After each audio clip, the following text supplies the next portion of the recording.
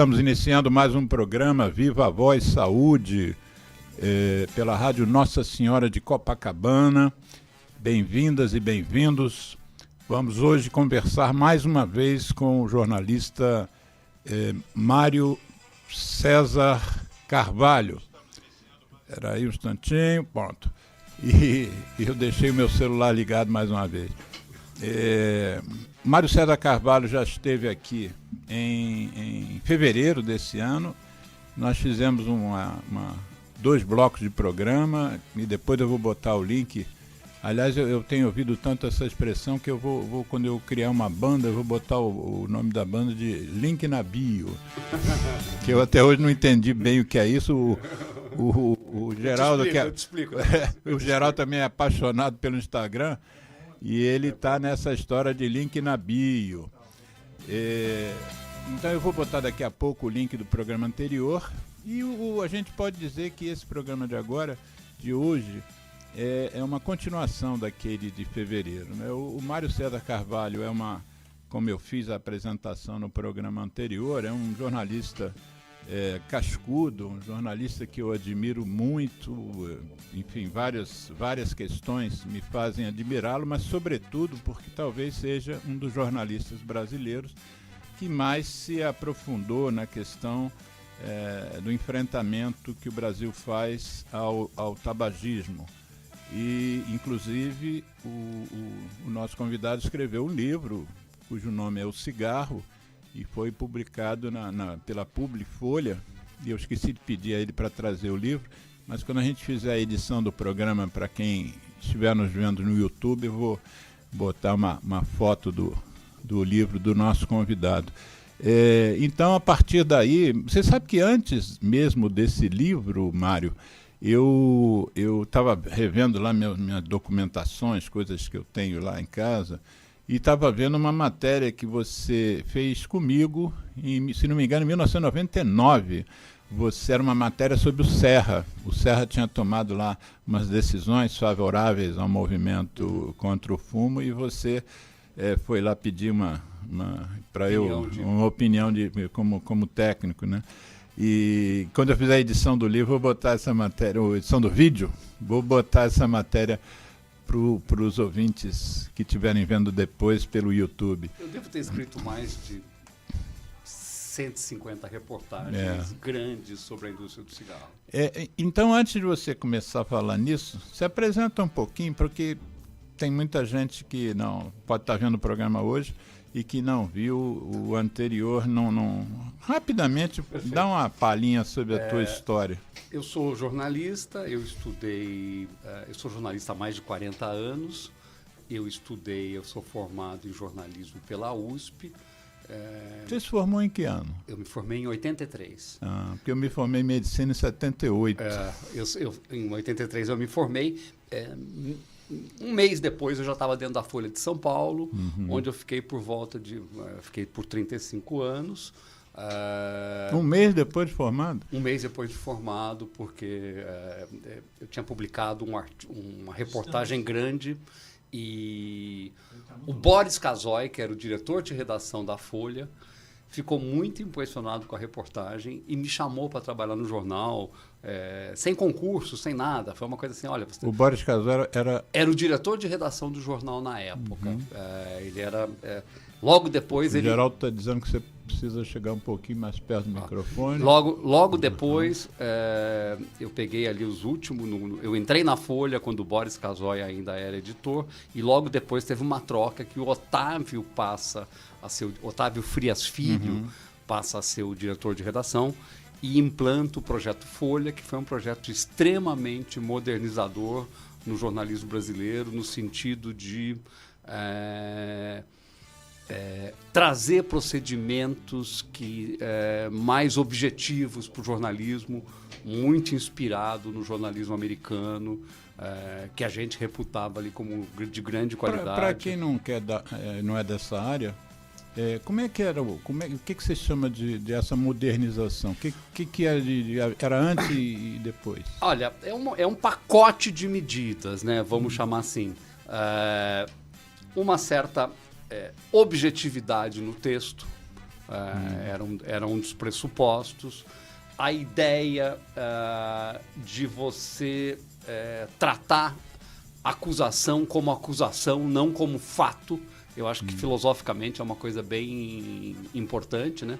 E a hora que você trata a acusação como acusação e não como um fato, como a imprensa no Brasil costuma tratar a acusação como fato, como se ele tivesse. Às vezes não é um fato, né? Às vezes é. E a hora que você trata, você passa a ter uma ideia de um conflito. E o jornal, muitas vezes, o jornalismo brasileiro, optava por um lado desse conflito. A Folha achava que isso estava equivocado, que é mais rico, inclusive do ponto de vista filosófico para o leitor, se ele tiver o conflito descrito pelo jornal. Então a gente publicava uma acusação ou a gente investigava uma questão e sempre tinha que ter a visão de quem estava sendo acusado.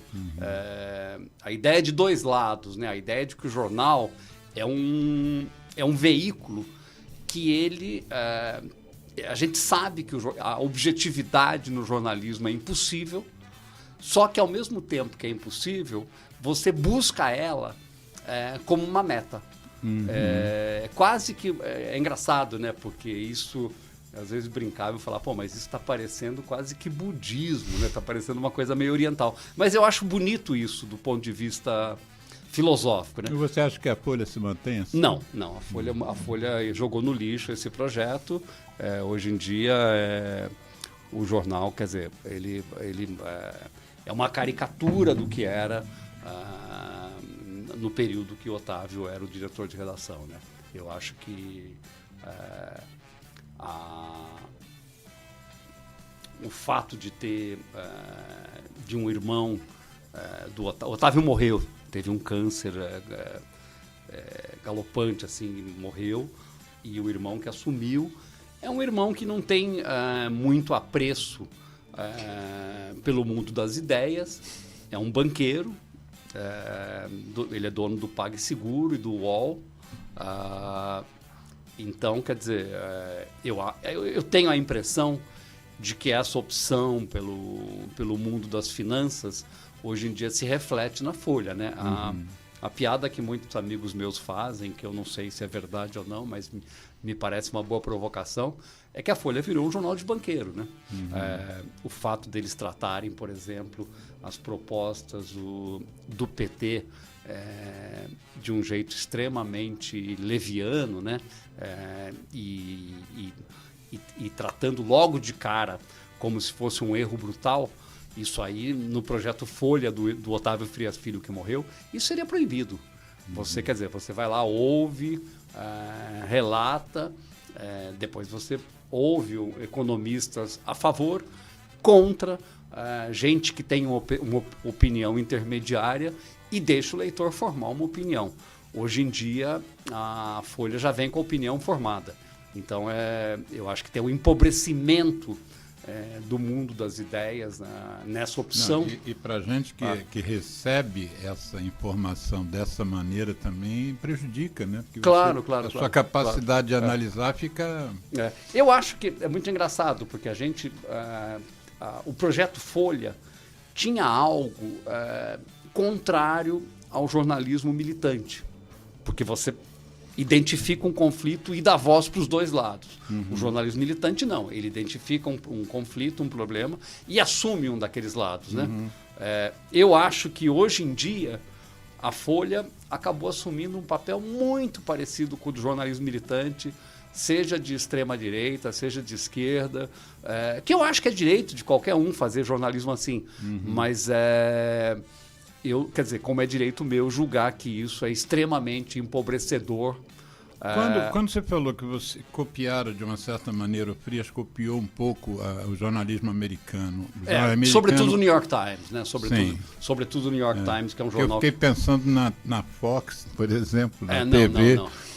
E eu acho que é americano. Não é copiar, eu acho que é uma coisa de conhecer e adaptar, porque talvez seja empobrecedor falar isso, porque o Projeto Folha ele tem princípios que me parecem muito interessantes, né? Muito interessantes. Tem muita gente que acha que esses princípios não poderiam sobreviver hoje por conta das redes sociais e esse mundo agudizado de opiniões extremas. Eu tenho dúvidas. Eu escrevo no Poder 360. Sim. O Poder 360 adota muito dos princípios antigos da Folha e não me parece que a gente está deixando de retratar esse mundo complexo que está aí. Para os ouvintes que não conhecem, Poder 360 é um jornalismo virtual, online. Né? Jornal digital, digital. Que preza a ideia de retratar o mundo a partir dessa noção de conflito, ouvindo sempre as posições, sem assumir dos lados. Mas eu vou te deixar com saia justa, mas então o Poder 360 tem que ouvir as pessoas que são contra o cigarro eletrônico. Você está certíssimo. Que eu acompanhei, eles ouviram o lado de quem é a favor. Claro. Eu acho que você está certíssimo. Vamos cobrar isso deles.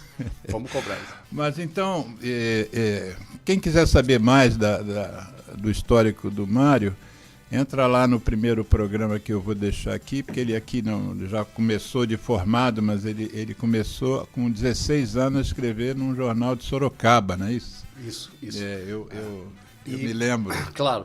Eu comecei muito pequeno, antes mesmo de fazer faculdade, e daí voltei logo depois. Na faculdade eu escrevia para jornais. Eu sempre, desde, 16, 17 anos, eu escrevo em jornais com regularidade. Assim. A questão do cigarro... Em TV você nunca trabalhou? Nunca. Eu até fui convidado para trabalhar na TV Cultura uma época, mas eu acabei optando por ficar no jornal, por escrever. A Folha tinha um... tinha o TV Folha. Eu participava. Tinha o TV Folha, eu me lembro da Mônica Bergamo. Eu participava direto também, era muito frequente lá. Me lembro até da Mônica Bergamo no TV Folha, fez uma entrevista com o Lula, depois que o Lula foi operado, né, da lesão que ele teve na garganta.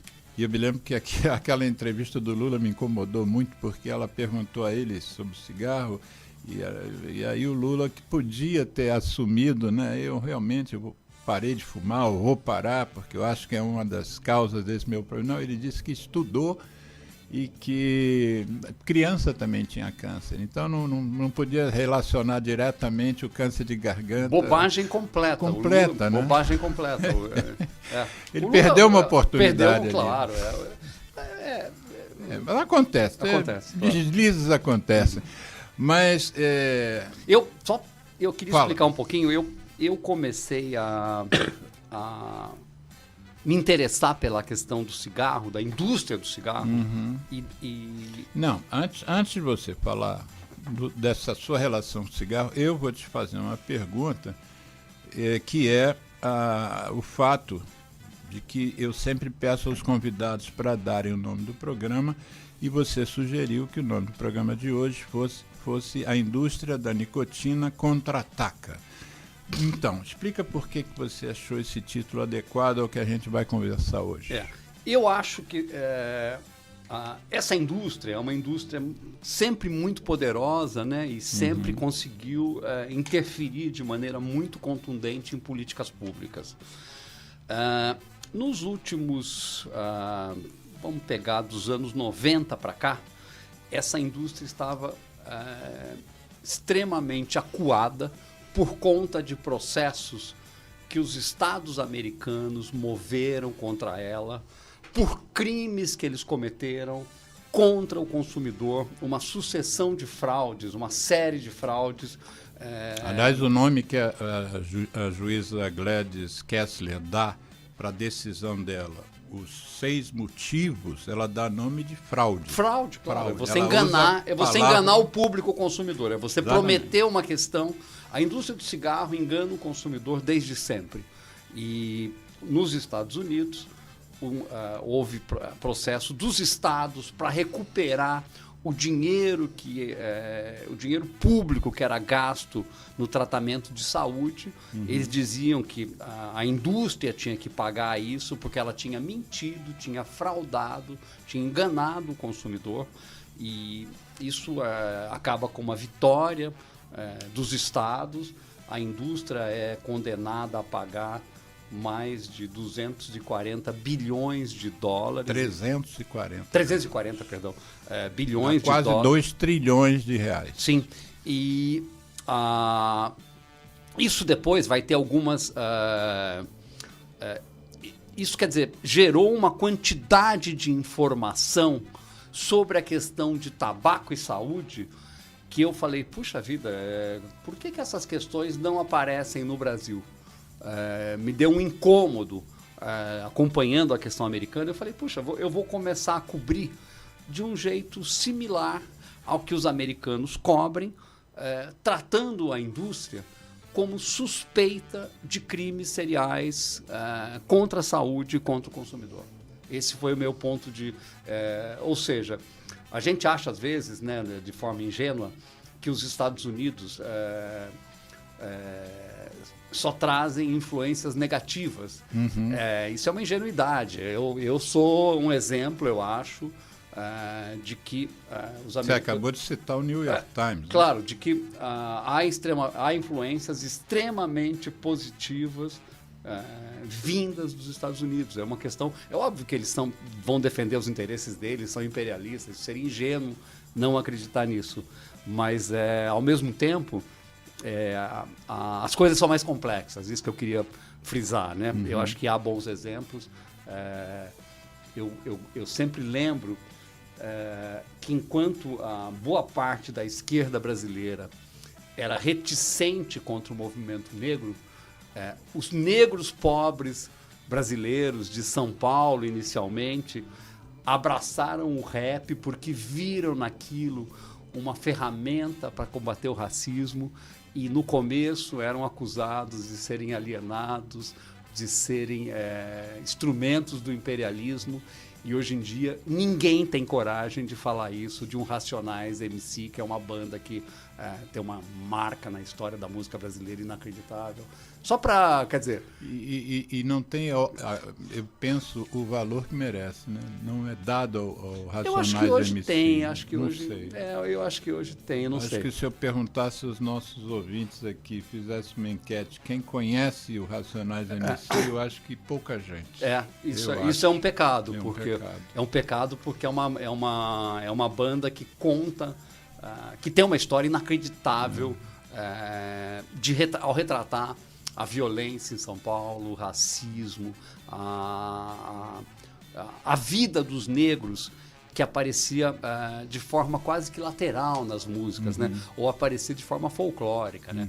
Eu acho que o samba, às vezes, ele retrata de forma muito correta e às vezes não, às vezes é folclórica. Eu acho que o rap, muito por influência dos americanos ali, põe ali o dedo na ferida de um jeito muito contundente, né? Que não era habitual na música brasileira.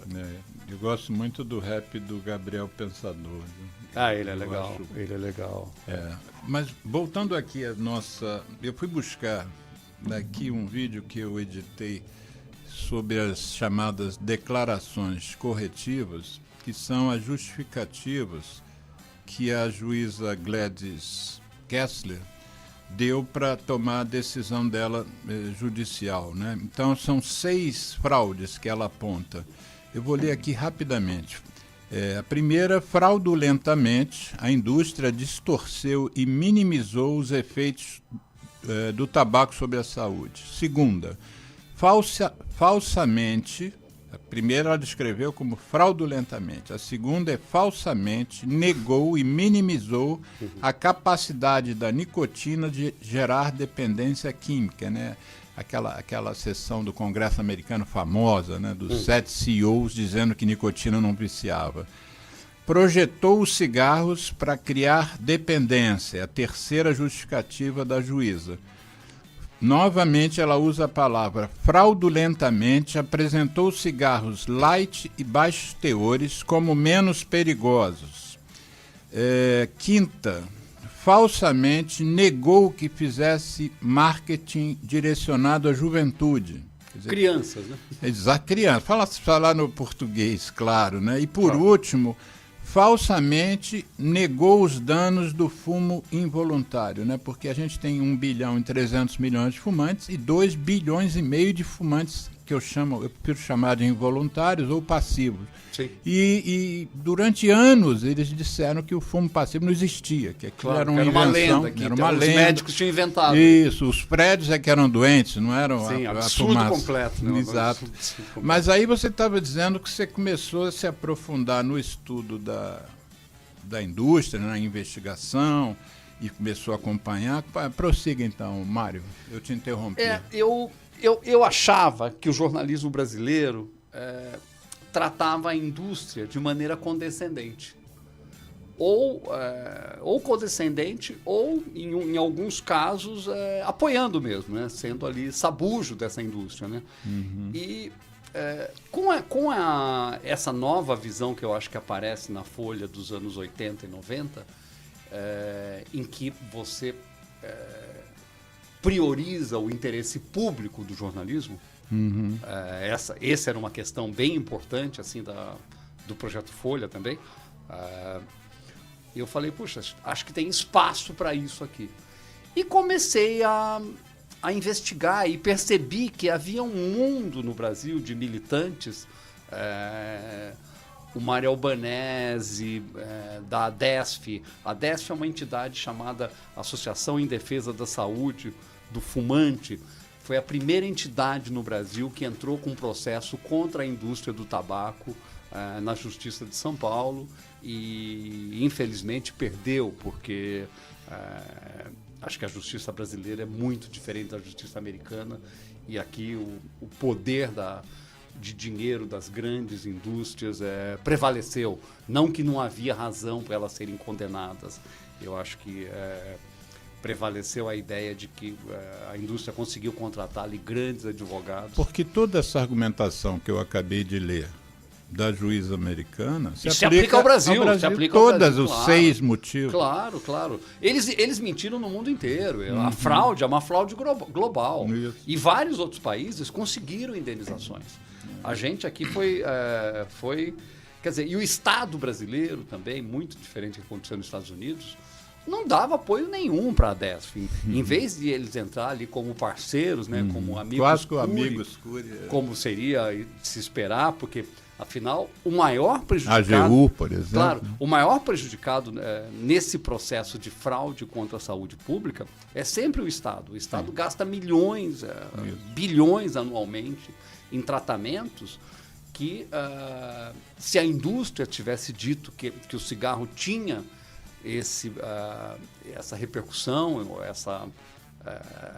esse efeito, talvez as pessoas pensassem 2 vezes antes de fumar. E sempre que havia um movimento assim, científico, né, quando alguma academia, alguma instituição de peso apresentava provas, entre aspas, de que o cigarro faria mal, sempre a indústria tomava uma atitude para dizer, não, mas agora a gente tomou tal decisão. Claro. Eu me lembro... Ou financiava um estudo para desacreditar esse estudo. Sim, exatamente, que é uma das bases características, da estratégia de marketing da indústria. Eu acho que eu aproveitei bem esse início de movimento antitabagista no Brasil, e acho que isso coincide com o surgimento nos Estados Unidos de documentos, porque no questionamento judicial que é feito contra a indústria, aparecem milhões de documentos, milhões. E daí você começa a provar, com documentos da própria indústria, que ela sabia de tudo. Isso foi parte da condenação da indústria. Sim, né? sim. Parte foi dar aquela multa vultosa. E outra parte foi revelar. Obrigou eles a revelar todos os documentos que eles têm. Sobre fumo e saúde. E dando acesso a gente hoje. Claro. Se a gente fizer uma pesquisa em 2 minutos, você tem acesso a 1 milhão de links. São documentos incríveis. Eles, quer dizer, é uma fraude muito bem documentada, não é? Quer dizer, a gente não está aqui fazendo nenhum tipo de acusação leviana, longe disso. Há milhares, talvez milhões de documentos, eu diria que mais da ordem de milhões, para provar essa fraude em vários campos. Eu alguns meses talvez, editar um vídeo norueguês em que o Jeffrey Wigan, que é um dos que gerou esse movimento judicial. Ajuda a desmontar a fraude. Ajuda, porque ele era vice-presidente de pesquisa e desenvolvimento da Brown & Williamson. Mas ele foi à Noruega e eles identificaram uma fraude que era a fraude no filtro do cigarro. Quer dizer, quando eles punham o cigarro na máquina, a máquina aspirava aquela fumaça e dava um determinado teor baixo de substâncias. Mas quando a pessoa fumava, ao pôr o dedo no filtro, o dedo tapava os buracos por onde saía a fumaça, ia tudo para dentro, ou seja, a taxa era muito maior. Quer dizer, uma fraude desenhada, foi feito um design no filtro do cigarro para parecer que ele era menos tóxico. Menos tóxico, na verdade. Esse movimento nos Estados Unidos, eu acho que ele gerou repercussões no mundo inteiro. E eu diria que tanto o meu trabalho quanto o seu, eles são derivados dessa mudança de perspectiva, né? Eu, na verdade, vou te dizer, eu me formei, como eu falei aqui, em 1978, 78, mas eu fui sensibilizado para esse enfrentamento em 1976. Eu estava no 4º ano de medicina ainda. Eu fui a um congresso mineiro, aquela coisa de estudante que é ir no congresso, né? Você se sente até mais importante, claro. Né? Eu tinha o quê? Devia ter 19, 20 anos, né? Num congresso. E fui seduzido literalmente por um professor gaúcho, que era realmente o sujeito que melhor falava contra o cigarro no Brasil. Não tinha ninguém com a oratória dele, com conhecimento também, mas a forma dele passar, né, o ensinamento. E a partir dali, quer dizer, desde 76 eu comecei a estudar tabagismo. Depois eu me lembro que havia um mantra que era muito usado, e aí eu quis saber quem tinha falado aquela frase, que a frase em si não está me vindo agora. Mas eu descobri que tinha sido Bob Kennedy, o irmão do John Kennedy, que era presidente dos Estados Unidos, e Bob Kennedy era senador. Senador, tá. E aí ele criou o primeiro simpósio Tabaco e Saúde nos Estados Unidos em 1967. Eu fiquei com aquilo na cabeça. Um dia eu mandei uma mensagem lá para a biblioteca do Congresso americano e perguntando se eu poderia ter acesso porque naquela época acho que não tinha nem essa história de link, né? Aí você podia ter acesso. Aí eles me mandaram o discurso do Bob Kennedy quando ele abriu esse... Eu vou passar para você. Quando ele abriu esse simpósio, esse congresso de fumo e saúde, que várias pessoas, países do mundo participaram, vários. E o discurso dele já era impactante, como se ele estivesse sendo feito hoje. Assim, o que ele falou nesse discurso é um negócio inacreditável. Sim. Eu vou mandar para vocês, depois vou botar também no link no link da bio, né, Geraldo? Vou botar aqui no link o acesso, porque eu fiz a tradução disso, vou procurar até agora isso. Então, o que eu queria te dizer com isso é o seguinte: esse movimento do qual nós estamos hoje engajados há uns 40 anos, eu e você, ele já vem de muito mais tempo. No final da década de 50, o Surgeon General, né, que é uma forma de Ministério da Saúde nos Estados Unidos, publicou um artigo fenomenal sobre a questão do tabaco e saúde. A partir dali, justamente, é que vieram os tais filtros. Os filtros foram para contrapor aquelas verdades... E é a partir daí que surge a ideia de rebater as verdades científicas com fraude. Com fraude. A indústria decide, tem atas disso, em Nova York, assessorada pelos melhores publicitários da época, a responder isso com fraude, a negar. Ou então inventar, financiar pesquisas sem qualquer princípio científico, só para tentar rebater a indústria. Isso é tem uma expressão que se usa hoje, tem até um documentário sobre isso, chamado os mercadores da dúvida. Sim. É o princípio... Merchants of acho doubt. Que não seria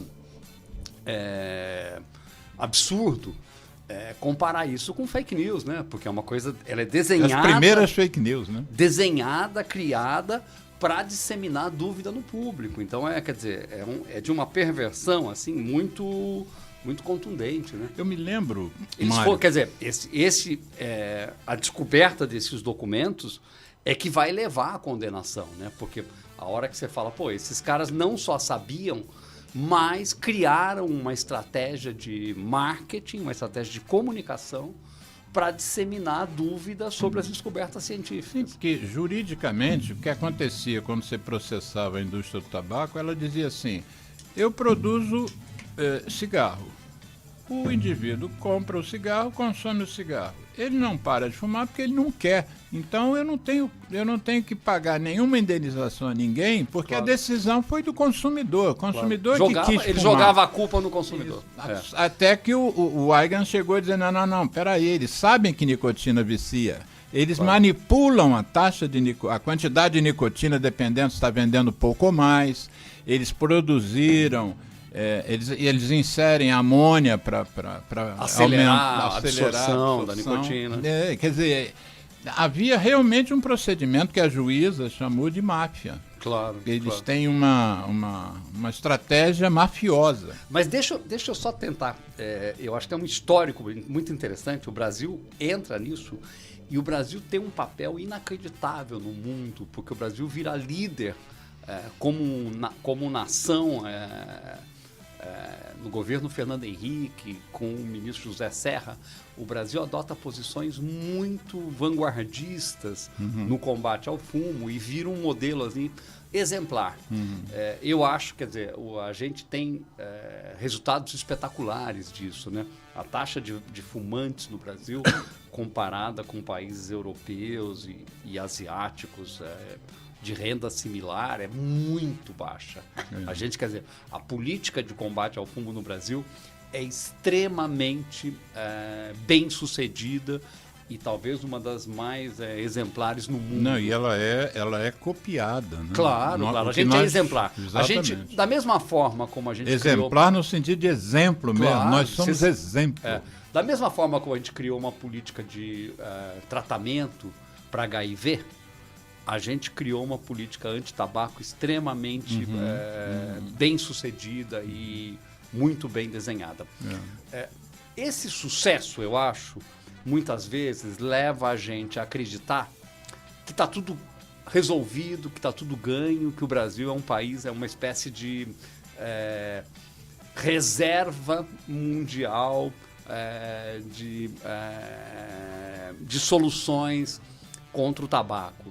Só que isso não eu acho que aí tem uma ingenuidade das pessoas ao imaginar que que a indústria vai ficar quietinha aceitando essa derrota, porque eu acho que é uma derrota dela.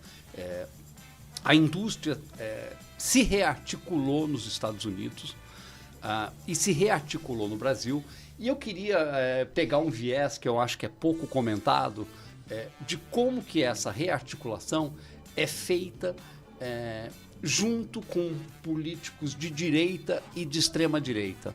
Nos Estados Unidos, é o Trump quem reaglutina essas forças e passa ali, inclusive, a torpedear a questão do pagamento da multa. Muitos, sob o Trump, o dinheiro da multa pode ser pago de vários modos que não era o acordado inicialmente. Mas quem fez, Mário, essa grande mudança, porque o Trump é do Partido Republicano, sim, né? Sim. O Clinton e o Obama do Partido Democrata. Mas quem fez essa grande mudança foi antes do Trump, foi o Bush. Sim, o Bush começa. O Bush é que, por exemplo, quando houve aquela multa de 340 bilhões de dólares, a presidência era democrata. Sim, era Clinton. Depois disso, quando vem agora a juíza Kessler e condena a indústria com a indústria tendo que publicar coisas na imprensa durante até um ano, dizendo aquilo que eu li aqui, fraudulentamente, só não diz assim nós, né? Fraudulentamente, papapá. E sem dinheiro nenhum. envolvido na história. Deixa eu só explicar por que eu pulei para a influência do Trump. Sabendo, obviamente, que isso começa sob o Bush. Eu estou falando do Trump porque eu acho que a adesão do Trump à indústria do cigarro vai ter um impacto no Brasil. A extrema-direita brasileira vai copiar esse discurso. Então, quer dizer, a gente... O que eu queria introduzir aqui é uma conversa que eu acho que me pareceu que foi, com raríssimas exceções, eu acho que tem uns companheiros nossos que publicam um site chamado Joio e o Trigo, fazendo jornalismo de alto nível sobre isso e tentando separar ali o que é lobby do que é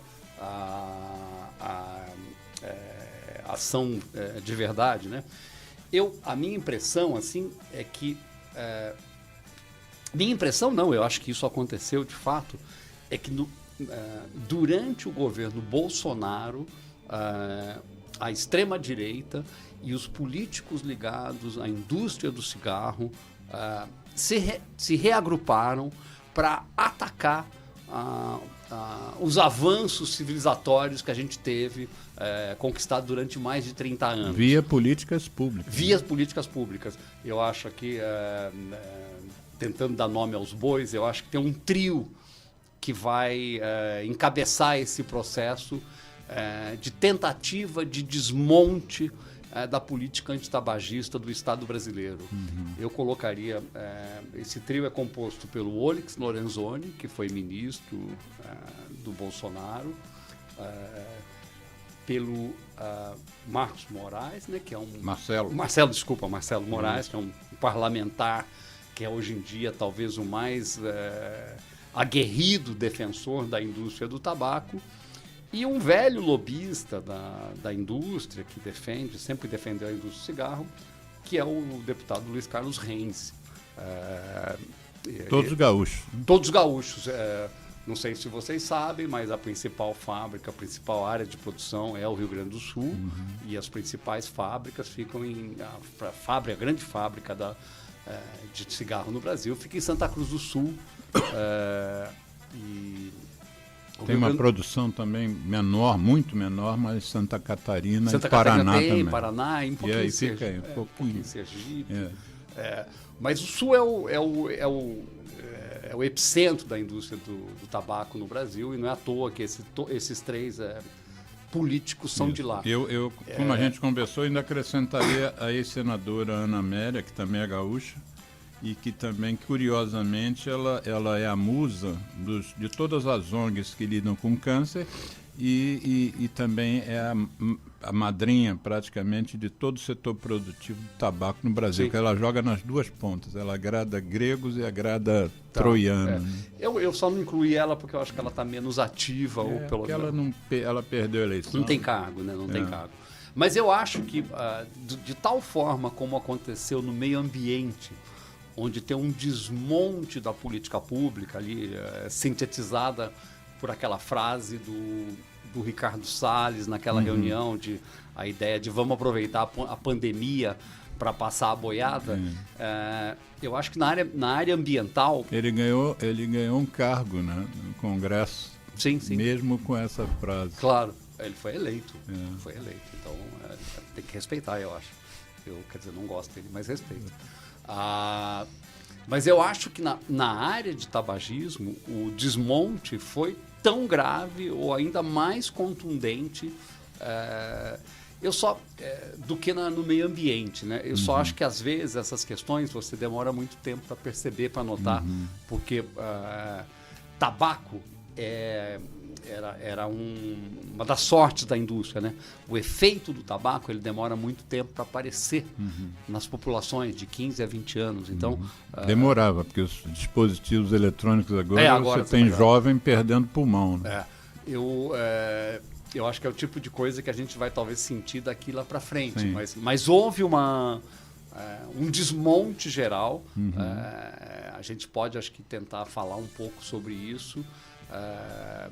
Eu acho que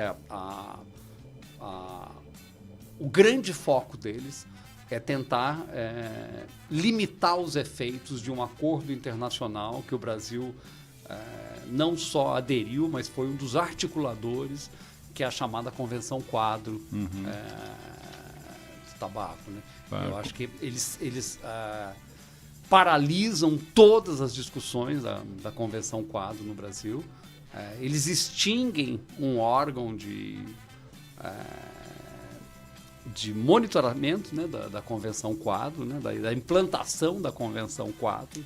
Vamos fazer o seguinte, vamos dar uma explicaçãozinha para os ouvintes que não conhecem, nunca ouviram esse termo. Aliás, eu acho, o termo em inglês é Framework Convention, né?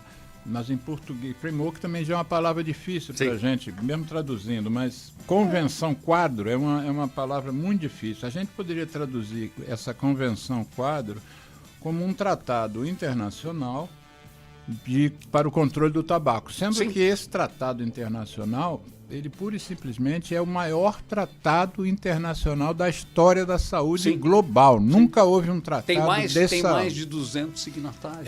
Nós temos agora que ratificaram, eu estou fazendo um estudo sobre esses países, né? São 182 países que ratificaram. E eu estou fazendo um estudo que eu comparo, eu criei um índice chamado Índice Marlboro, que é o cigarro mais vendido no mundo. Então, não dá para você comparar, por exemplo, o Derby aqui, porque não tem Derby em boa parte do mundo, mas o Marlboro tem em todas as partes do mundo, Marlboro e Coca-Cola. E aí, eu comparo o preço do Marlboro brasileiro com o preço do Marlboro nos outros países. No último levantamento que eu fiz, o cigarro Marlboro brasileiro estava na posição 78. Só tinham 22 países onde o cigarro era mais barato. Então, só que agora eu vou fazer isso com 182 países que ratificaram esse tratado. E esse tratado visa controlar, o nome já diz, né? Controlar o tabagismo no mundo. Claro. Então, a OMS e todos os parceiros, na verdade, isso é um tratado chamados de Estados-parte, né?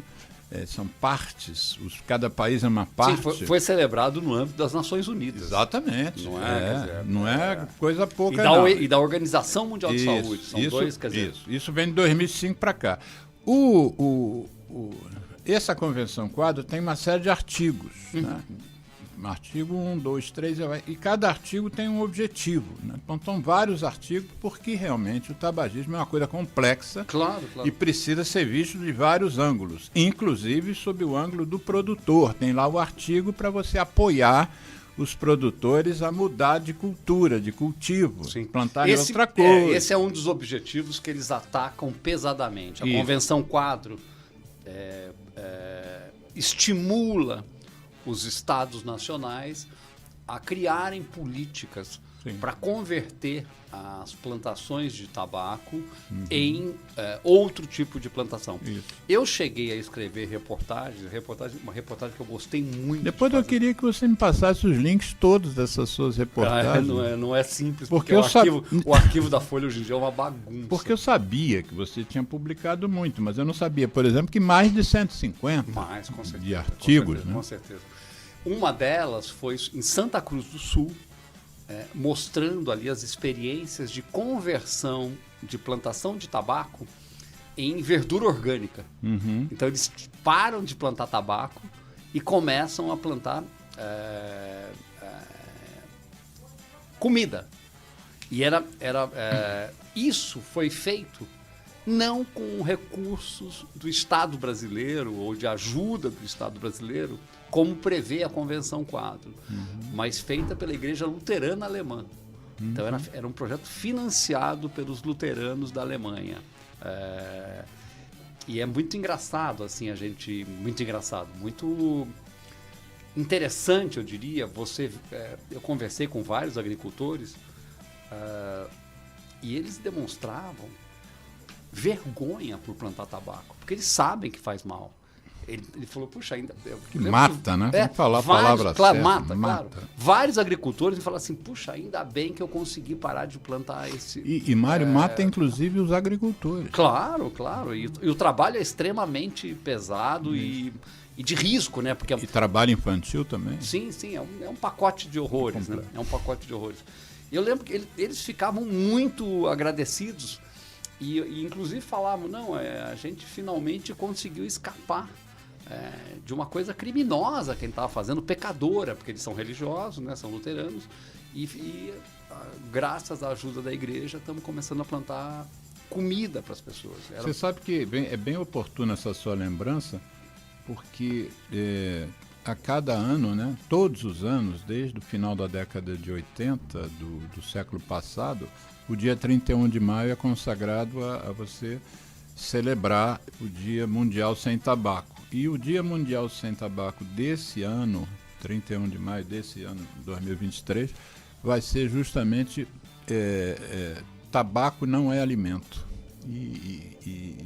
Quer dizer, essa coisa que você está dizendo, esse artigo do tratado, da Convenção Quadro, vai ser ressaltado hoje, nesse ano. Claro, com onde esse você está plantando tema. tabaco, você não está plantando... Exatamente, quer dizer, alimento. E o tabaco, quer dizer, a plantação do tabaco em si, ela devasta a terra, né? Porque é um uso muito grande de agrotóxicos, tem um histórico ali de que eles dizimaram matas, né, no Rio Grande do Sul para plantar tabaco, inclusive Mata Atlântica, em Santa Catarina. Quer dizer, trabalho infantil. Eles queriam a área sem árvore para plantar tabaco, mas além disso eles pegam árvore para fazer carvão para secar o tabaco. Claro, também. o tabaco precisa ser seco e você acaba desmatando o entorno para secar o tabaco, para secar as folhas.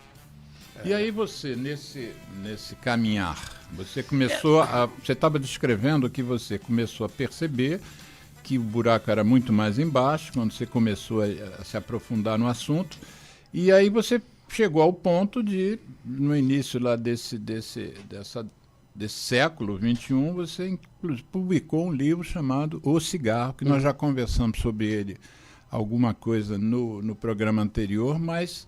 Quem não ouviu o programa anterior, qual foi a tua motivação e o que você colocou nesse livro? Eu achava você não é médico, você é jornalista, né? Eu achava que o Brasil, que havia uma quantidade gigante de informações que não circulavam no Brasil sobre a indústria. E era a questão dos crimes e das fraudes, das grandes corporações como a BAT, como Brown Williamson, Philip Morris, que são gigantes mundiais do tabaco, né? Eu achava que havia uma lacuna. O Brasil não estava sendo informado, não estava recebendo informações claras sobre isso, e eu achava que deveria reunir isso pelo menos não estava recebendo informações na quantidade adequada, né? Claro.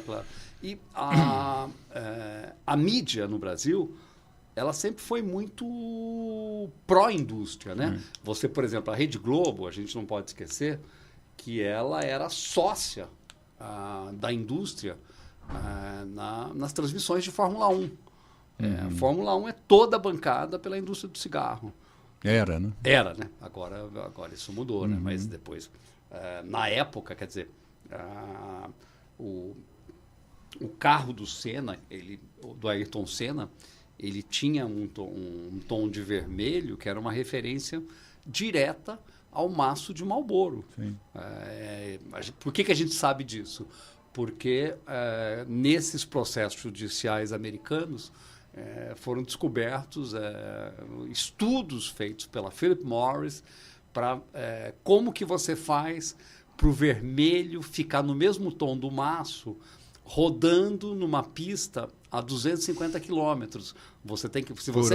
Por hora. Se você colocar o mesmo tom do maço, não vai dar certo. Então, você tem que mudar, você tem que alterar aquela cor para o efeito... Tem o efeito velocidade e o efeito televisão, né? Tem os dois efeitos sobre... E eles, quer dizer, para eles interessava que seja o vermelho exato, né, do Marlboro. E o Senna acabou vindo a falecer, aliás, nunca mais assisti uma corrida de Fórmula 1 depois do acidente do Senna, mas ele veio a falecer pilotando um carro azul e branco do Masso Hotmans, né? Hotmans, sim. Claro, todos eles, né? Essa indústria... Então, quer dizer, por que eu estou falando da Globo? Porque eu acho que no Brasil havia, pelo menos antes da internet, praticamente um monopólio, né, da Globo. As informações não circulavam se não chegassem na Globo.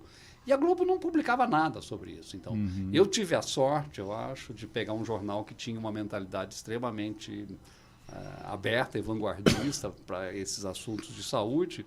E mesmo o diretor de redação, Otávio Frias Filho, sendo fumante, a gente publicou os artigos mais contundentes, inclusive editoriais apoiando a restrição ao tabaco.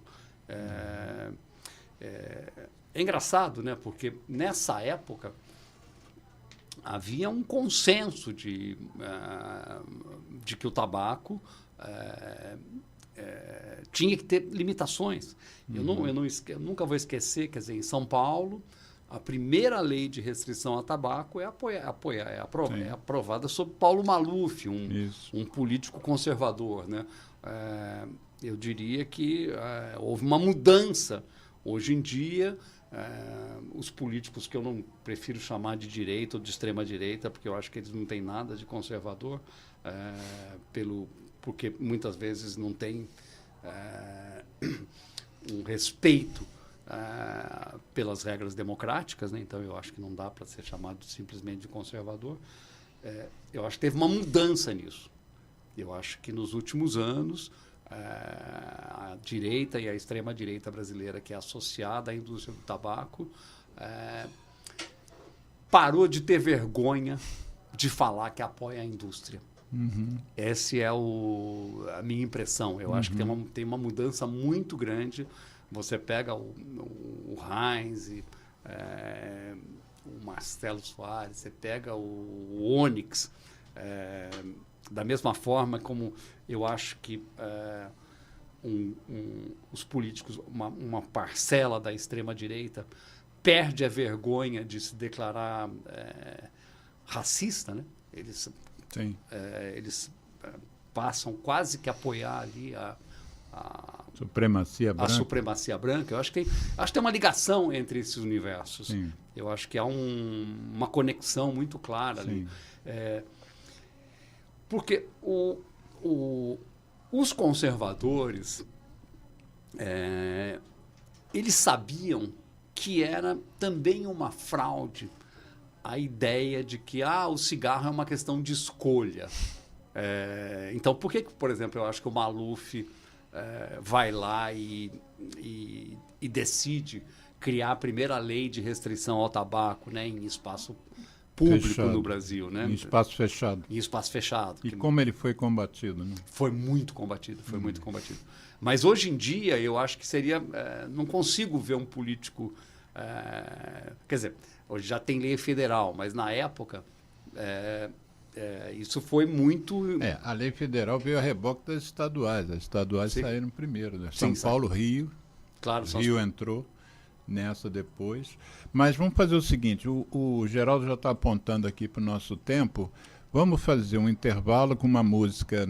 O nosso programa é uma iniciativa da nossa ONG, o Centro de Apoio ao Tabagista, e tem umas músicas que a gente usa aqui no programa que fazem referência ao cigarro. Eu não sei qual que o Geraldo vai escolher para botar agora. Ele vai botar uma música chamada Fumante, que é uma picardia, né? É uma graça em cima das doenças que o cigarro provoca e que foi feita por um juiz que já nos deixou, Rômulo Marinho. Ele era um juiz classista, saiu do Rio, foi morar em Brasília, e lá em Brasília ele partiu, curiosamente, sem fumar mais alguns anos, mas por um câncer de pulmão que ele menciona, ele chama o câncer de caranguejo, né? E ele faleceu por câncer de pulmão. Vamos lá, Geraldo. Daqui a pouco a gente volta. ZYU 201, Associação Comunitária Nossa Senhora de Copacabana, 98,7 FM, Rua Hilário de Gouveia, 36, nono andar, Copacabana, Rio de Janeiro. Telefone 3649-3411. E-mail estudionsc@gmail.com.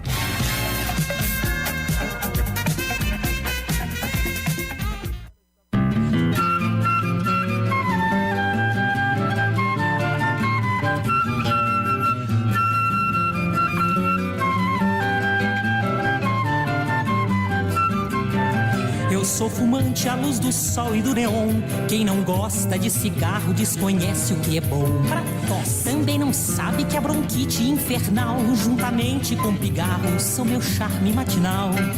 Vivo soprando por aí muita fumaça, com alegria, pose e graça, perfumando os salões. E assim de cores consegui os tons mais belos. São meus dentes amarelos e marrons os meus pulmões.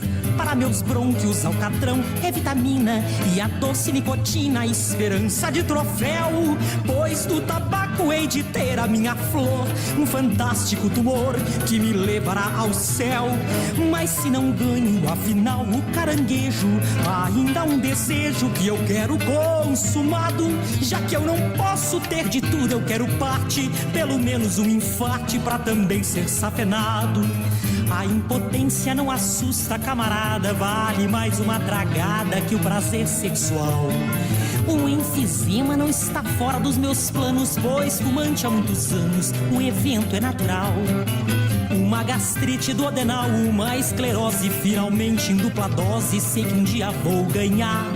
E vou vivendo assim feliz a minha vida, até que a morte bem sofrida possa então nos separar. Para meus brônquios, alcatrão é vitamina e a doce nicotina, esperança de troféu. Pois do tabaco hei de ter a minha flor, um fantástico tumor que me levará ao céu. Mas se não ganho, afinal, o caranguejo, ainda um desejo que eu quero consumado. Já que eu não posso ter de tudo, eu quero parte, pelo menos um infarte pra também ser safenado. A impotência não assusta, camarada, vale mais uma tragada que o prazer sexual. O enfisema não está fora dos meus planos, pois fumante há muitos anos, o evento é natural. Uma gastrite duodenal, uma esclerose, finalmente em dupla dose, sei que um dia vou ganhar. E vou vivendo assim feliz a minha vida, até que a morte bem sofrida possa então nos separar.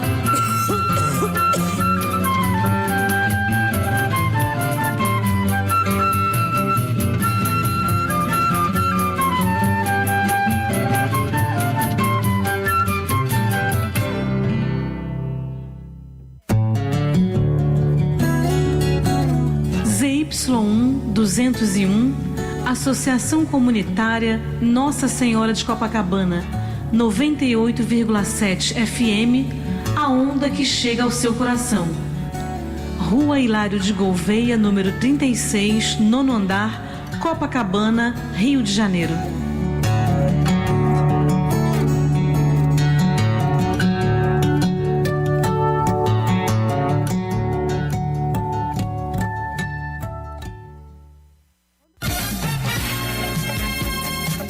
ZYU 201, Associação Comunitária Nossa Senhora de Copacabana, 98,7 FM, Rua Hilário de Gouveia, 36, nono andar, Copacabana, Rio de Janeiro. Telefone 3649-3411. E-mail estudionsc@gmail.com.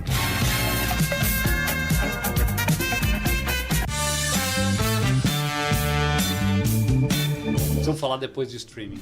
Estamos reiniciando o programa Viva a Voz Saúde. É o nosso segundo e último bloco.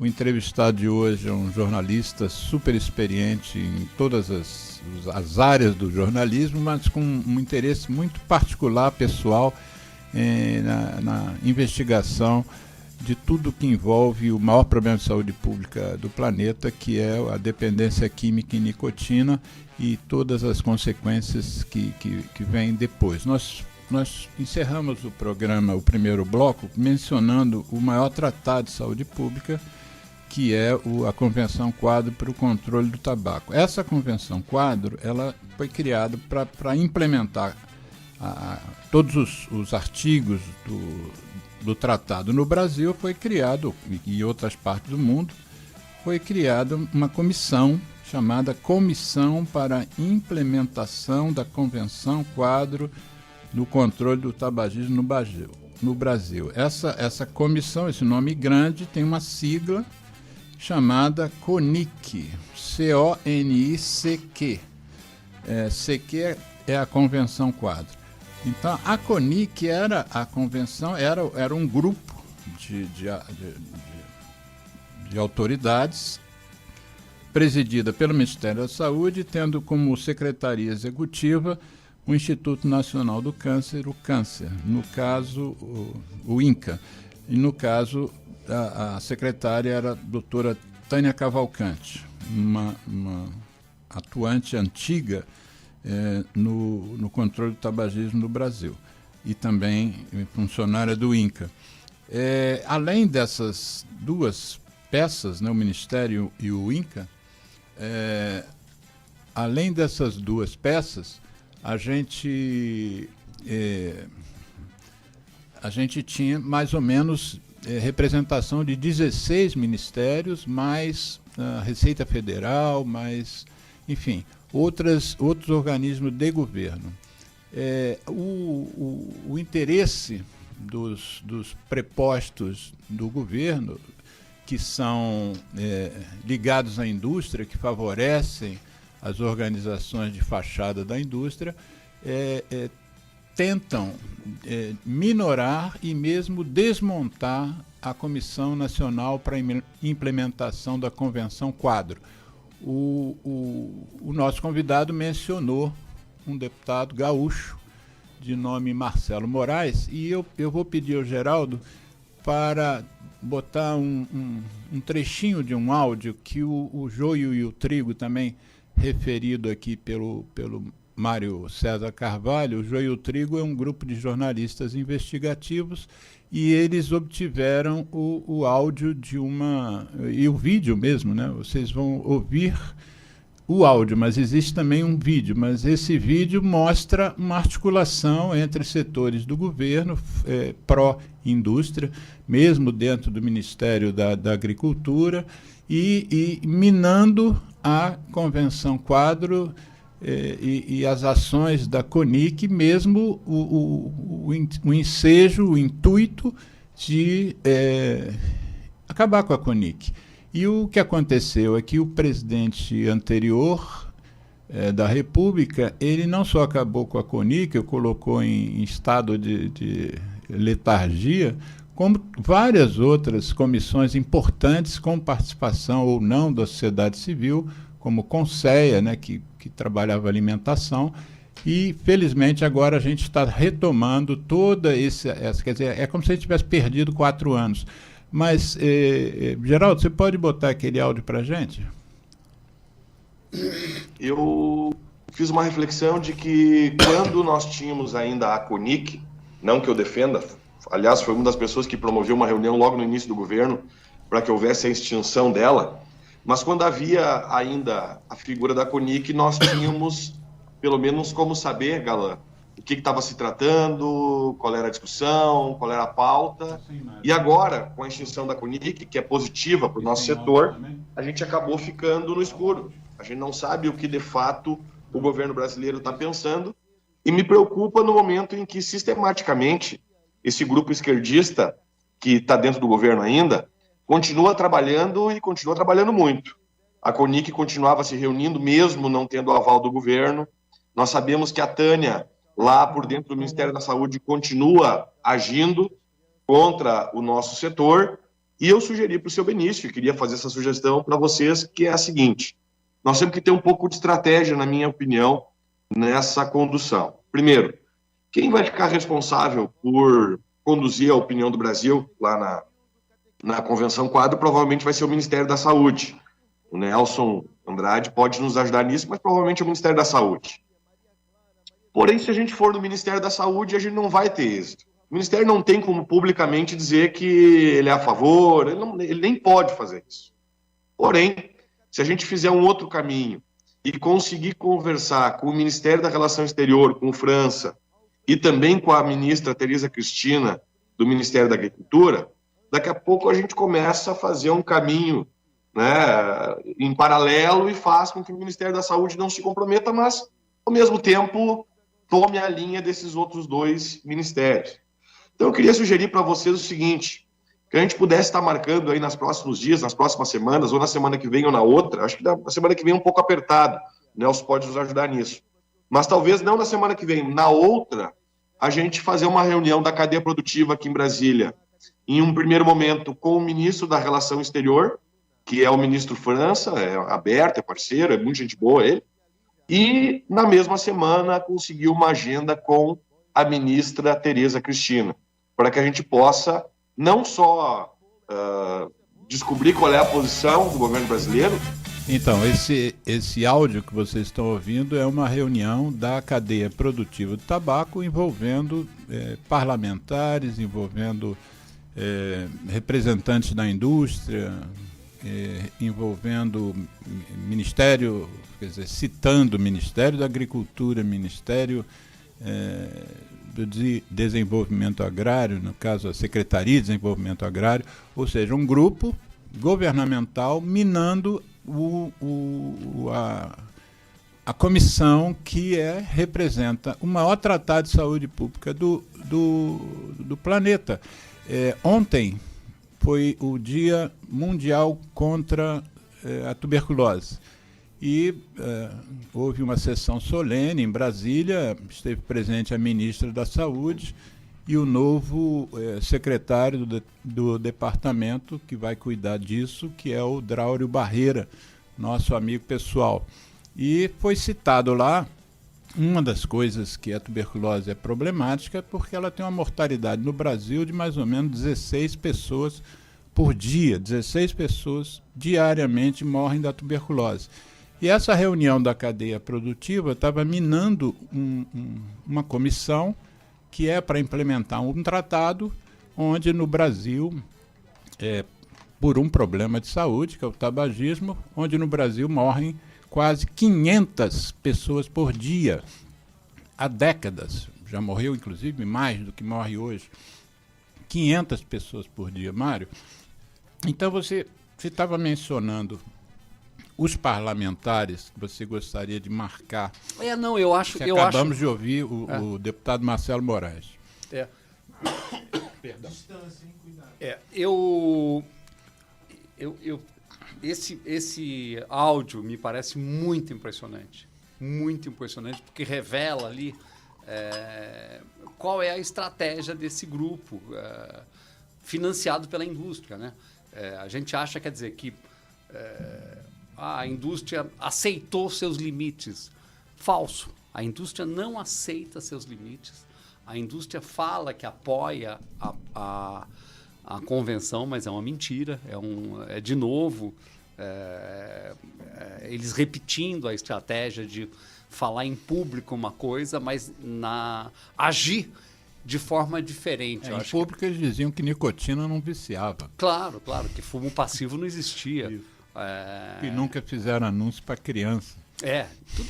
Tudo mentira. Eu acho que, quer dizer, o que eu gostaria de frisar é que tem uma me parece que tem uma rearticulação da indústria para enfraquecer as ferramentas de combate ao tabagismo. Eu acho que essa é a essência do que eu queria pontuar a partir desse discurso e a partir de políticas adotadas, né? Eu acho que eles foram extremamente ousados, né? Você acabar com uma comissão que vai acompanhar a implementação de um tratado internacional. Que o Brasil ratificou. Não só ratificou, mas foi um dos principais protagonistas, né? O Brasil ali servia como exemplo para o mundo, né?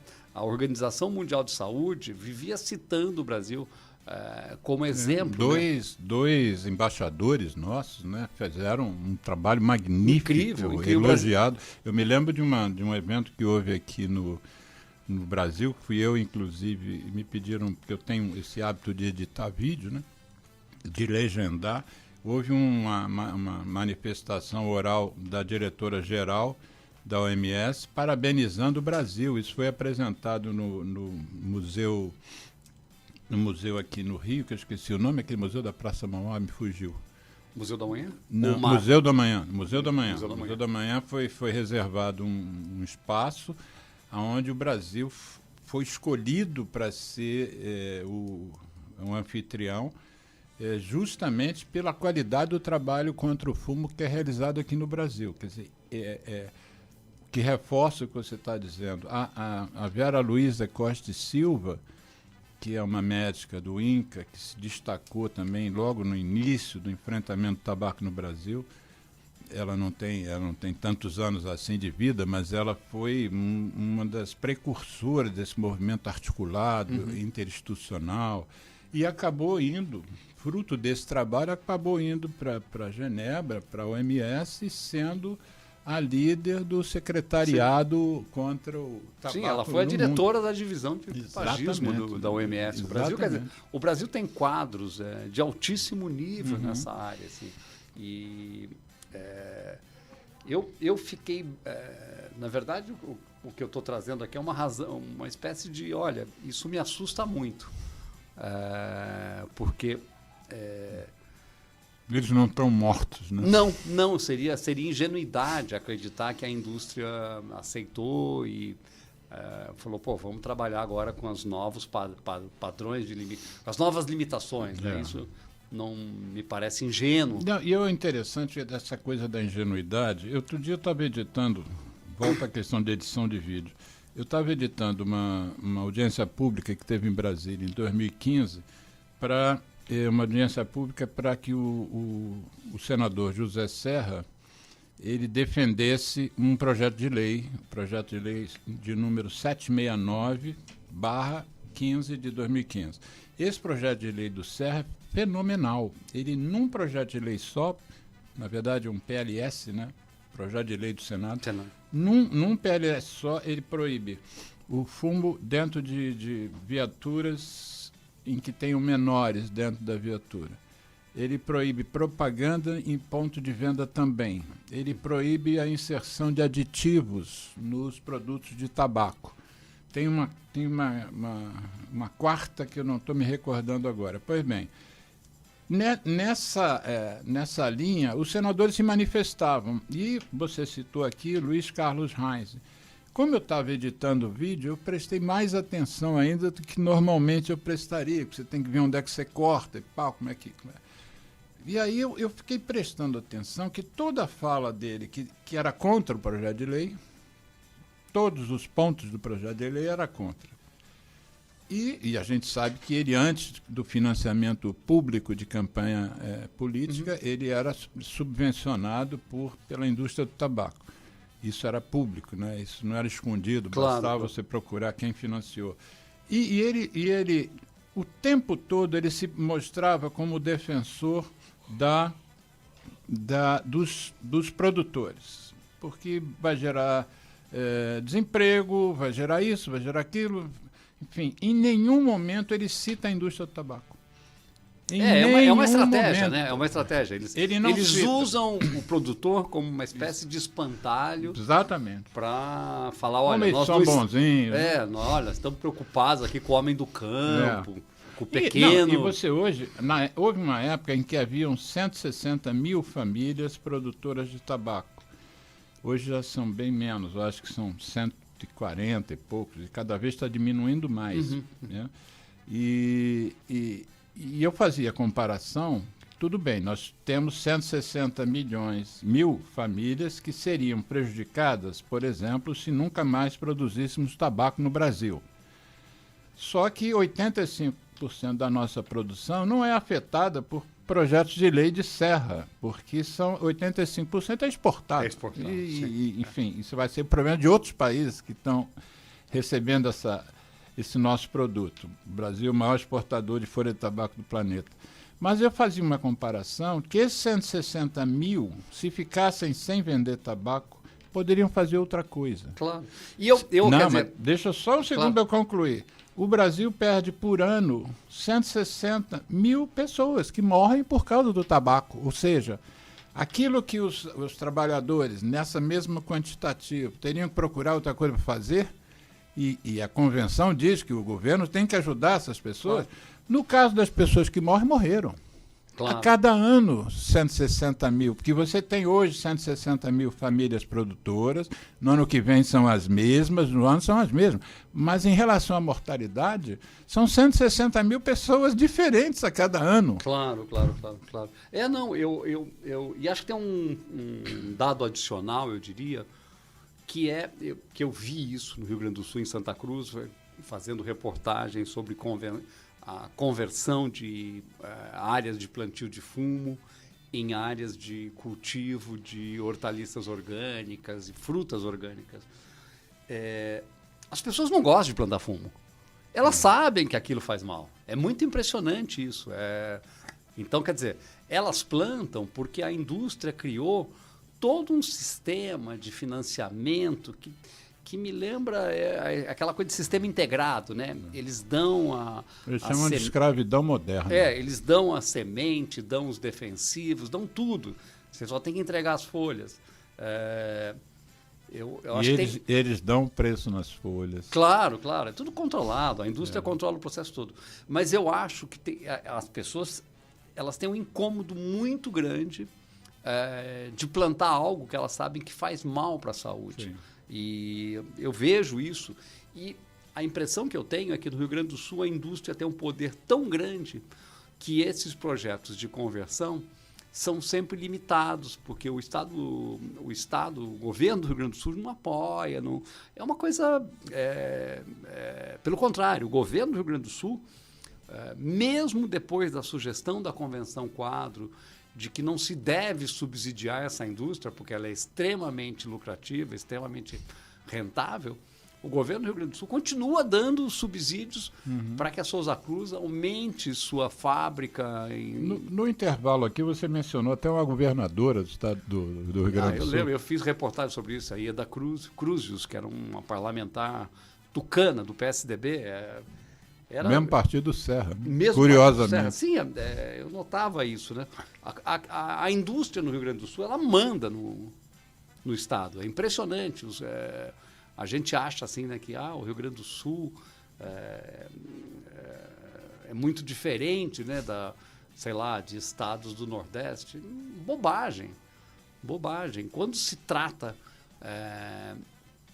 de enfrentar uma indústria poderosa como a indústria do cigarro, eles viram gatinhos mansinhos. Tchutchuca, né? Vira tchutchuca.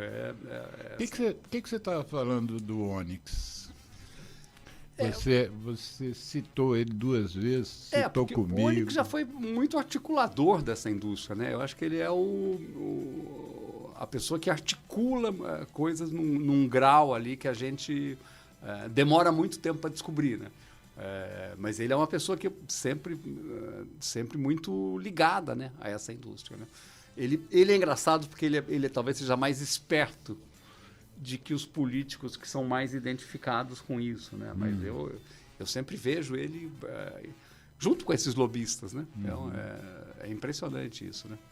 Mas apoiando implicitamente, vamos dizer. Eu não sei se a conversa desviou ou se fui eu que desviei a conversa, mas você estava descrevendo, fazendo uma sinopsezinha do seu livro. O que tem no livro Cigarro? Assim? Quais são os pontos principais que você colocou no livro? O meu livro é uma tentativa de mostrar essa indústria como uma indústria criminosa. A ideia é de mostrar que... Porque as pessoas no Brasil acho que têm uma certa dificuldade de ver os crimes das corporações. Acho que é uma corporação, paga imposto, ela não comete crime. Isso é uma ingenuidade. Então, eu tentava mostrar o quanto essa indústria interferiu, foi motivo de morte no século XX. E de como isso... 100 milhões de pessoas. 100 milhões. Mais do que a soma de todas as guerras. O começo do meu livro é esse número que sempre me impressionou muito. Assim, não, né? e o século XXI, se não fizermos nada, será 1 bilhão de pessoas. Né? De mortos. De mortos. Eu acho, quer dizer... Mas aí você abre o seu livro com essa ideia do impacto e sanitário. Tem a ideia daí eu começo a contar as histórias de combate ao tabagismo, né? A indústria do cigarro. Diz umas histórias. Oi? Diz umas histórias. Eu acho que tem muitas histórias impressionantes, né? Talvez a que mais me impressione é a do Marlboro, que é o cigarro mais fumado do mundo, né? Uhum. O Marlboro, acho que a gente até já falou disso, mas acho que não custa lembrar. O Marlboro, por que o Marlboro é o cigarro mais fumado do mundo? Os concorrentes foram analisar o cigarro e perceberam que tinha um tipo de manipulação, uma quantidade de amônia entre seus ingredientes que não era comum nos outros. Pesquisando, quer dizer, eles usavam isso para baixar o pH do cigarro. E ao abaixar o pH do cigarro, isso pesquisas químicas de altíssimo nível feito pelos concorrentes. Eles chegaram à conclusão que isso era feito para que a nicotina chegasse mais rapidamente no sangue e viciasse de forma mais aguda o consumidor. Eu sei disso porque eu fumei Marlboro. Uhum. Então eu não estou falando isso como alguém que ouviu falar também. E quando você fuma Marlboro, você não é viciado em cigarro, você não é dependente de cigarro, você é dependente de Marlboro. Porque só o Marlboro consegue satisfazer o desejo de nicotina que a indústria manipulou ali. É muito impressionante. Acho que essa é das histórias que mais me Depois as outras adotaram também, né? Sim, depois. Mas a Philip Morris foi mais competente, né? Uhum. Mas me pareceu incrível isso, né? E acho que essa história me parece muito boa também, porque mostra como o cigarro é manipulado como se fosse uma droga, né? Sim. A gente acha que, mas puxa, é só tabaco. Não é, isso os estudos hoje falam em 7 mil substâncias. 7 mil ingredientes, né? Umas 50 que sozinhas, as 50 estão juntas dessas 7 mil, mas sozinhas, experiências com cada uma de uma dessas 50 são capazes de produzir... Claro. São carcinogênicas, né? Capazes de produzir alteração das células e o desenvolvimento do câncer. Tanto é que 1/3 dos cânceres no mundo são atribuíveis ao tabaco, né? Ao uso de tabaco. Claro. E é bom que a gente a gente precisa até fazer uma justificativa de por que você se dedica tanto a isso, e eu também. Quer dizer, você tem outras atividades, né? Como jornalista, você hoje está no 360, responsável, enfim, interesse em tecnologia e política. Escrevo sobre, né? Redes sociais. Isso. Então, o tabagismo aqui, nesse momento, é o nosso foco, mas você é maior do que isso. Mas o que talvez as pessoas não saibam, eu vou repetir, porque a gente já falou aqui picadinho. O tabaco é o principal fator de adoecimento e morte da humanidade, com uma mortalidade anual de 8,2 milhões de pessoas. Não é uma mortalidade pequena, é um troço, gigante, né? Gigante. Ontem foi o Dia Mundial da Tuberculose, dia 31 de maio é o Dia Mundial do Tabaco. Mas se você somar tuberculose e tabaco, essa dupla de 2 T's, dá 14% da mortalidade do planeta, né? Ou seja, o impacto, a tuberculose mata 1,6 milhão, né? 1.600.000 pessoas por ano, e o tabaco 8.200.000 pessoas por ano. Então é por isso que não só a gente luta tanto contra, quando você escreveu um livro, como a gente também tenta combater tanto esses parlamentares que se vendem aos interesses de um setor, né? Claro. Eu acho que tem outro braço extremamente importante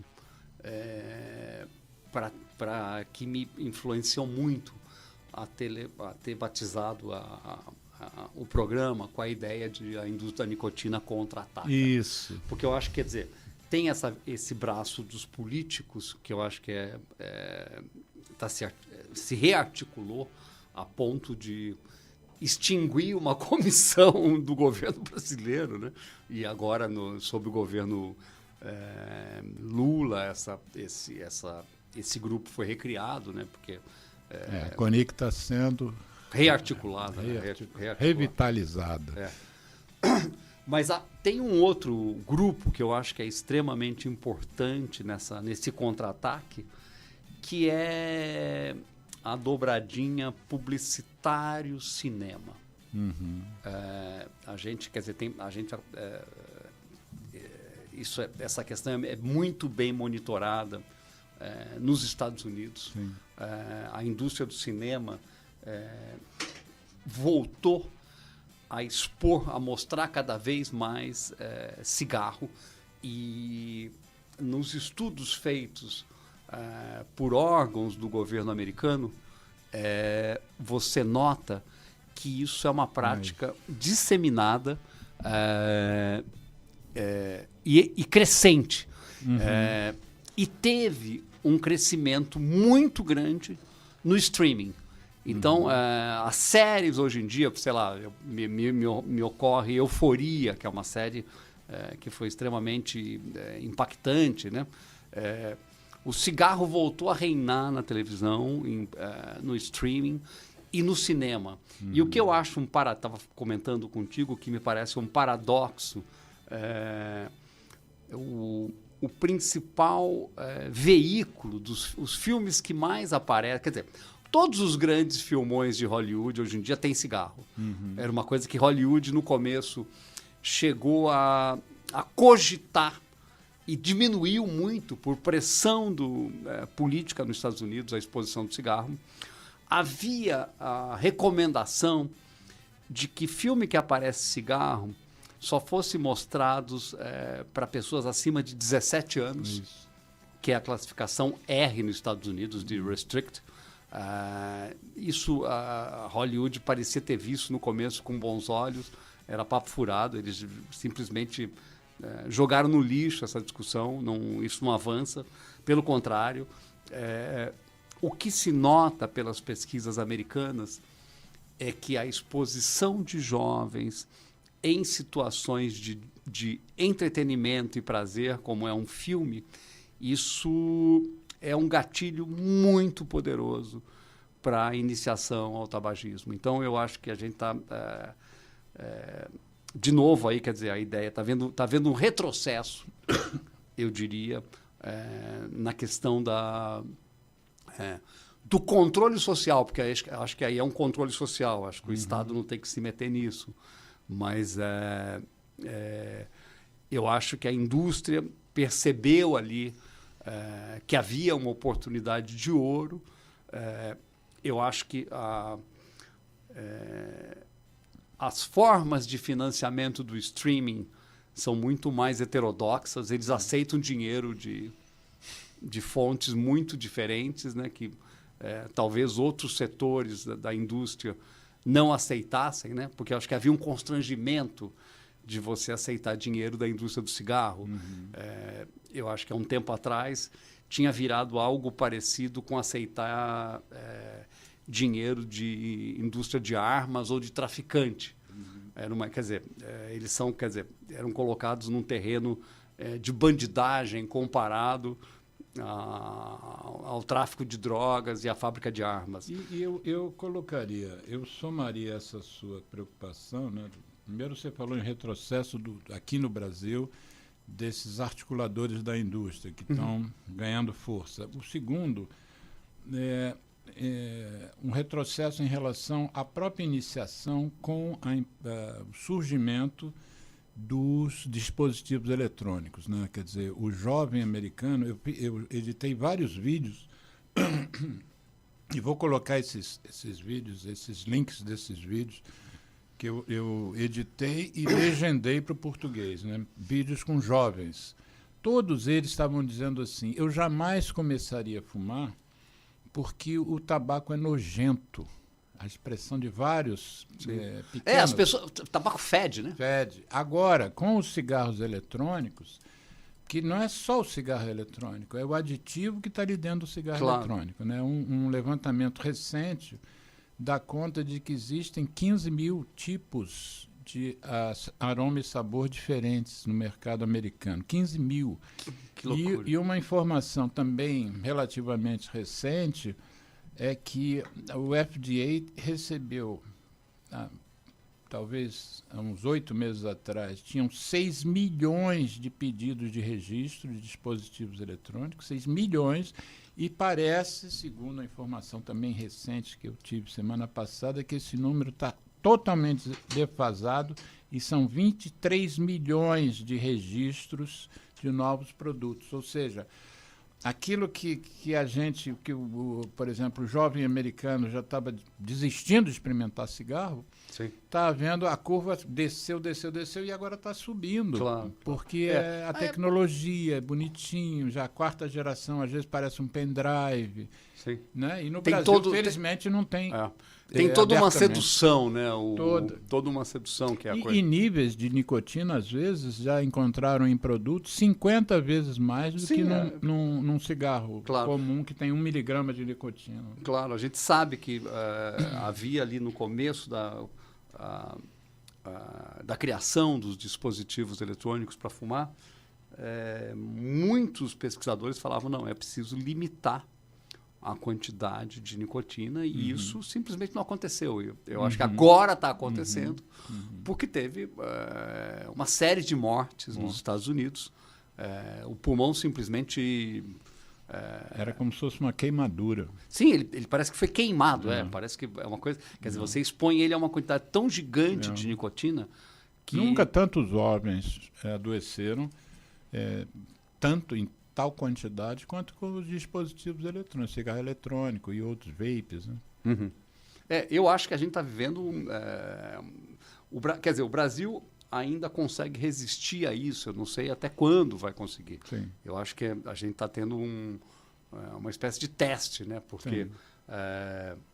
a impressão que eu tenho é que a nossa agência reguladora só vai mudar de opinião, porque a opinião é de restrição, não vender, não fazer propaganda, não importar, não é permitido, mas só se houver uma demonstração científica inconteste de que é melhor isso do que parar de fumar sem isso.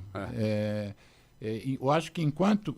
E os artigos científicos estão vindo no sentido contrário, no sentido de que deve aumentar a restrição. Agora, por exemplo, a Inglaterra vai botar os pacotinhos de cigarro eletrônico, vão ter que ter a mesma cor, mesma cara, mesmo tudo, padronizando para que o marketing que eles colocam... Porque não tem a sedução do marketing. Não tem a sedução do mais ou menos marca, como a Austrália faz com maço de cigarro. A Austrália, para quem não sabe, adotou uma política de ponto de venda que todos os maços de cigarros têm uma cor neutra ali, sem... como se fosse alguns dentro de armário. Sim, não ficam nem visíveis. Não é nem não só tem a mesma cara, mas não ficam visíveis. Como se fosse remédio, né? Exatamente. Como se fosse uma droga controlada. Pior do que o remédio, porque o remédio, mal ou bem, você entra na farmácia, você está vendo os remédios nas prateleiras, mas esse está fechado. Dentro de uma prateleira, em cima da prateleira, fechada a porta. Você pede sem estar vendo, né? E isso é um avanço que a gente não conseguiu aqui, que está difícil. A gente poderia fazer até um outro programa só discutindo legislação. Por que os Estados Unidos condenam a indústria abertamente, citando aonde que a indústria pisou na bola, mentiu para a população, e aqui você ganhar uma causa aqui contra a indústria é um negócio... eu acho que o Estado brasileiro aí, ele é muito fraco nessa questão, porque haveria razões científicas de sobra para você ir atrás do dinheiro que foi jogado, que o SUS gastou para tratar pessoas que a indústria dizia que não precisavam, não iam adoecer. Não iam adoecer. Eu acho que essa fraude... A impressão que eu tenho é o seguinte, o Estado brasileiro tem um certo temor do poder dessa indústria, né? Então, a AGU e mesmo, sei lá, o Ministério da Saúde, os órgãos que poderiam, ou o SUS, por exemplo, o SUS teria razões de sobra para entrar na justiça para recuperar esse dinheiro. Mas eu só consigo entender isso pelo caminho do temor, né? De, olha, isso é uma indústria muito poderosa, é uma indústria... E o Ministério Público no Brasil é extremamente omisso. É impressionante. Eu acompanhei a questão Associação em Defesa da Saúde do Fumante em São Paulo. A DESF do Mário Albanese, que era apoiado por um grande médico, o Dr. José Rosenberg. Eu tentei ali, às vezes, falar para os promotores e procuradores, será que vocês não poderiam ajudar? Porque era uma coisa assim de Davi contra Golias mesmo, sabe? O advogado da DESF era um herói, assim, uma pessoa incrível, uma pessoa de uma capacidade assim hercúlea para resistir aos grandes advogados da indústria, né? E o Ministério Público de São Paulo foi extremamente omisso. E continua sendo omisso, né?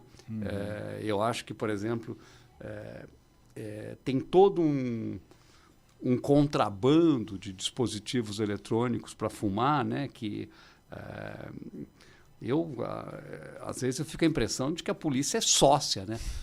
Desse contrabando, né? Porque você não vê um combate, né?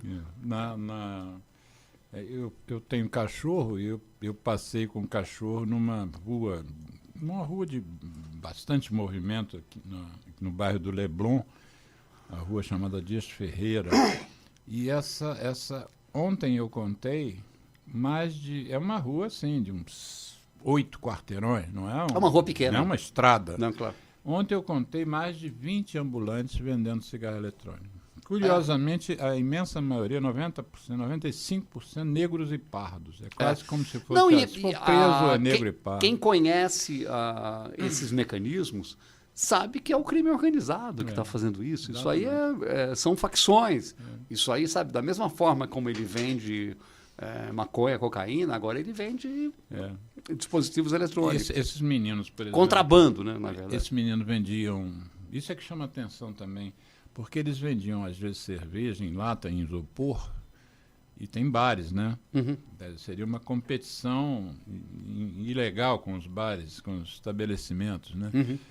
Mas cansei de ver a Guarda Municipal recolhendo os isopores e deixando, enfim...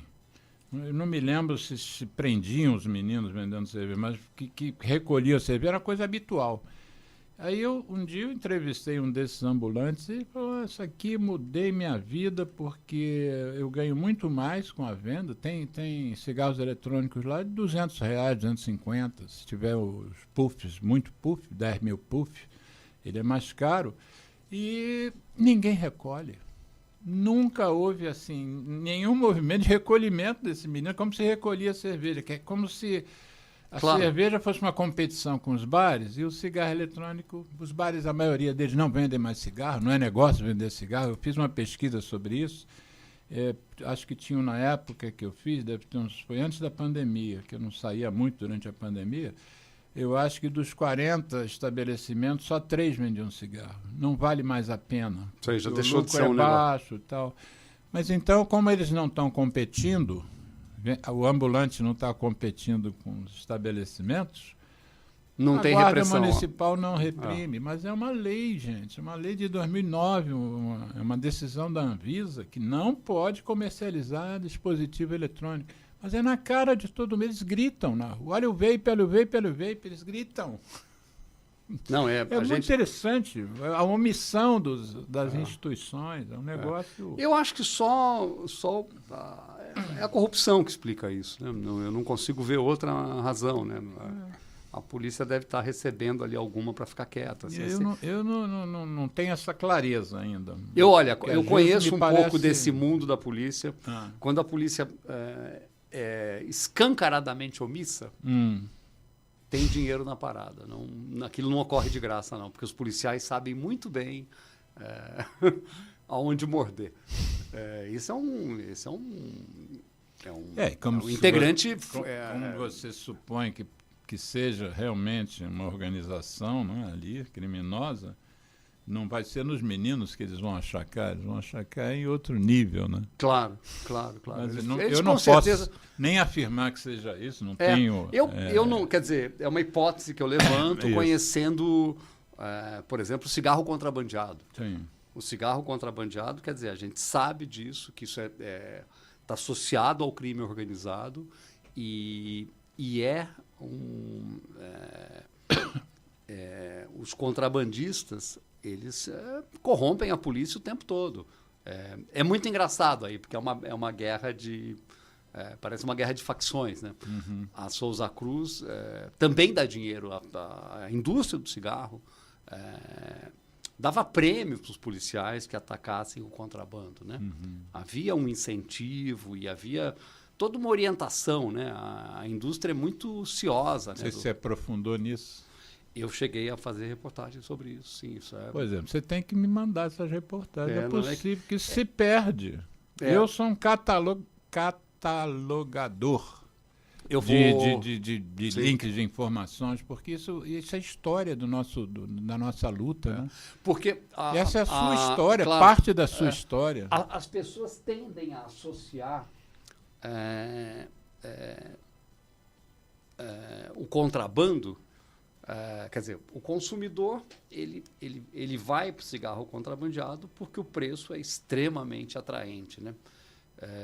Mas a gente sabe que para chegar a esse... Sobretudo o consumidor de baixa renda. Claro, os mais pobres. Que é a maioria dos clientes. Claro, os mais pobres. Agora, esse produto não chega à rua se não houver pagamento de propina para policial. Isso é muito, muito evidente, assim. Muito evidente. Porque é um produto criminoso, né? É um produto criminoso. Então, quer dizer, não dá para dissociar isso, né, da corrupção policial. Mas, olha, vamos fazer o seguinte, vamos retomar a ideia, eu vou dar uma ideia aqui de você contratar uma assessoria, que vai ser a assessoria que vai catalogar todos esses mais de 150 matérias que você fez só sobre esse assunto. Se o arquivo da Folha fosse... A Folha teve um arquivo digital extremamente organizado durante anos. Sim. Só que isso virou... Mas olha, eu cheguei a ser colunista... Virou uma bagunça. Eu cheguei a ser colunista da Folha. Eu tive com uma campanha daquela, nós já mencionamos no programa anterior, da Bel Kranz. E se eu tenho os links dos textos que foram publicados na Folha, e eles estão lá. Eu hoje reconheço lá, está lá. Quer dizer, os seus devem estar também. Então, eu acho que você tem que contratar uma assessoria. Você acha não, Geraldo? Com certeza. Concorda? Eu vou tentar te mandar. Eu vou tentar. Assumo o compromisso de tentar. Mário, nós temos 2 minutos para encerrar o programa. Eu vou usar 20 segundos só para dizer que foi mais uma vez um prazer estar com você aqui. Quero que você venha aqui de novo depois para falar sobre outro assunto que não precisa nem ter a ver com a questão principal, o foco principal do nosso programa, que é a saúde, mas foi um prazer você ter se dedicado aí a perder parte da tarde de sábado. Não, e você fecha o programa. Quantos minutos ele tem? Geraldo? Um minuto. Não, eu só queria agradecer novamente. Essa conversa é sempre muito fluida e enriquecedora, é muito, muito tranquilo. Eu gosto muito do jeito que você conversa. E acho que essa questão do contra-ataque da indústria é algo que o jornalismo tem se omitido. Sim. Eu acho que tem uma rearticulação da indústria, seja nos Estados Unidos, com os streaming e com o cinema, seja no Brasil, com os políticos de direita e de extrema-direita, que atacaram ali as convenções internacionais das quais o Brasil é signatário. Eu espero que as pessoas percebam que nada está dado no Brasil, que se elas não continuarem a batalhar por um mundo que a influência dessa indústria seja limitada, essa indústria vai voltar a ser o que ela era nos anos 50, e daí a quantidade de mortes vai se multiplicar por 20, 30. Bom, aos ouvintes, bom final de semana, divulgue esse nosso programa. Quem estiver vendo por YouTube, clique lá em gostei, compartilha, e um bom final de semana para todos. Geraldo, obrigado.